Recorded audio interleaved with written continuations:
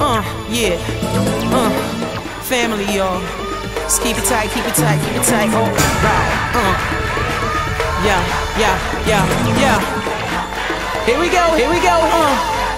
St. John Chrysostom. How interesting, his name was not Chrysostom until about 100 years after his death. Before then, he was known as John of Constantinople. We notice how many people, their name was their name and where they were from. So John of Constantinople, about 100 years after his death, came to be known as John Chrysostom, which is a fancy Greek word meaning the golden-mouthed or the golden-tongued. Ooh, how would you like that nickname, right? He speaks so eloquently that they called him the golden-tongued. He was the son of a fervent Christian mother, a lawyer turned monk. Wow, all that good law school training went out the door. Decided to become a monk. How interestingly, his mother, boy, when he talked about moving out and being a monk in the middle of the desert, oh, she could not let go of her son. And so he decided to create the monastery at Mom's house. Got together like-minded people whose mom's not going to let me go. And I'm not strong enough to say, Mom, I'm going whether or not you like it. He decided to stay home with Mom and to create the monastery in the family home. Until Mom died. After Mom died, then he withdrew to a monastery in the Syrian mountains for 4 years, which you can imagine is what he probably wanted to do while Mom was still alive. Withdrew for 4 years, then lived in solitude for 2 years. Well, understand what living in solitude means. How many people are you living with? You're living in solitude? You're it. You're talking to yourself. Yeah. When he returned to Antioch, again, one of the centers of the church, just north of Jerusalem, he was ordained a deacon and then an elder, a presbyter. In 397, when the Bishop of Constantinople died, the emperor had him forcibly taken to Constantinople, where he was consecrated Bishop of Constantinople. Did he want to be the Bishop of Constantinople, the Patriarch of Constantinople? That wasn't his interest. So what do you get when you put someone in power? Yeah, you can take the bishop out of the monastery, but you can't take the monastery out of the bishop. Follow me? So when he gets up preaching as a bishop, what's he going to be preaching as? As a monk. Ooh, this is going to become interesting.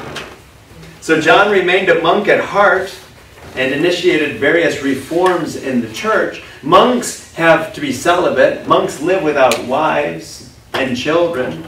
Ooh, interesting. So what's he going to have the priest do? If you're a priest and you're living with your spiritual sister, sorry, the spiritual sister has to go. The spiritual sister, we understand what that is? Yeah. So if you have a relationship with a woman who's living with you, you gotta go, right? We're going to be living more and more like monks.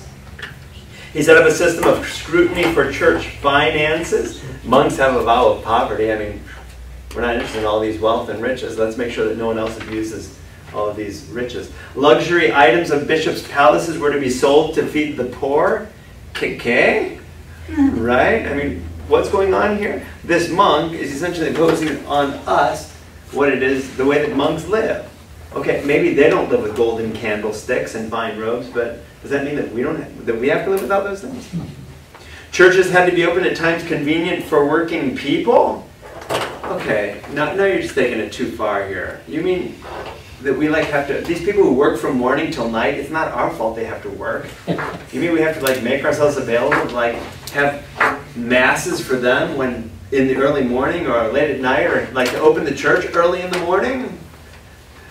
What an imposition. Why can't we just serve the wealthy? So here we have John of Constantinople with all these ideas as bishop, which are really reflecting his training as a monk. His preaching made the powerful extremely uncomfortable. Dr. Gonzalez tells the story of the emperor's wife, right? What happens when you have this monk coming and talking to people about how is it they should sell their items and feed the poor, and he's preaching that up at the pulpit, and everyone's looking over at the empress, thinking, what's happening here? Is this really going on? And is she listening to those words? So the emperor's wife conspired with the Patriarch of Alexandria, right? John is in Constantinople. She conspires with another patriarch then to bring charges against him. The emperor orders his exile from Constantinople. He leaves. The Patriarch of Rome comes to his support. right? By this time, the most powerful person in the church were the 5 patriarchs in Rome, Alexandria, Jerusalem, Constantinople, and Antioch. So he goes to Rome. Honorius, the bishop of Rome, sends a delegation to Arcadius, who's the emperor in the east, and tells him to convene a synod of bishops. Again, a synod is a group of bishops to be able to judge John of Constantinople. Here's the deal, he says. Honorius says, if the accusations are true, then we will break our communion from him and we will excommunicate John ourselves. So far, so good. You have a synod. If he's guilty, we excommunicate him. I almost said execute him. We'll excommunicate him.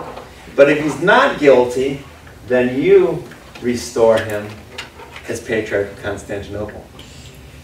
Ooh. So how it is that even the church, this relationship between the church and the emperor, those in power, I mean, it's this, they're both exerting their power over one another. Interestingly, a new bishop was named in Constantinople while John was gone. Sort of the same thing that happened with Athanasius down here in Alexandria. There was both Athanasius and Gregory at the same time, 2 rival bishops in the same city with supporters. Here, after John left Constantinople for Rome, a new bishop is appointed in that city. Do his supporters support that? No. They refused the authority of the one who took the bishopric. And how interesting that the one who's now here has the support of the patriarchs in Alexandria and Antioch. So yikes, John is coming back to an unfriendly situation. So Dr. Gonzalez concludes this chapter by showing how it is that in the future, the Western church, the Latin-speaking church, is going to become increasingly powerful, right? You see how it is that the Bishop of Rome is telling them what to do in the East? And how it is that the Byzantine Empire is going to guard its prerogative over the church. It's going to be the emperor over the church in the East. In the West, there's a power vacuum here. The empire has fallen. The focus is now here. All of the power structure has gone out of Rome. And who fills the vacuum? The Bishop of Rome.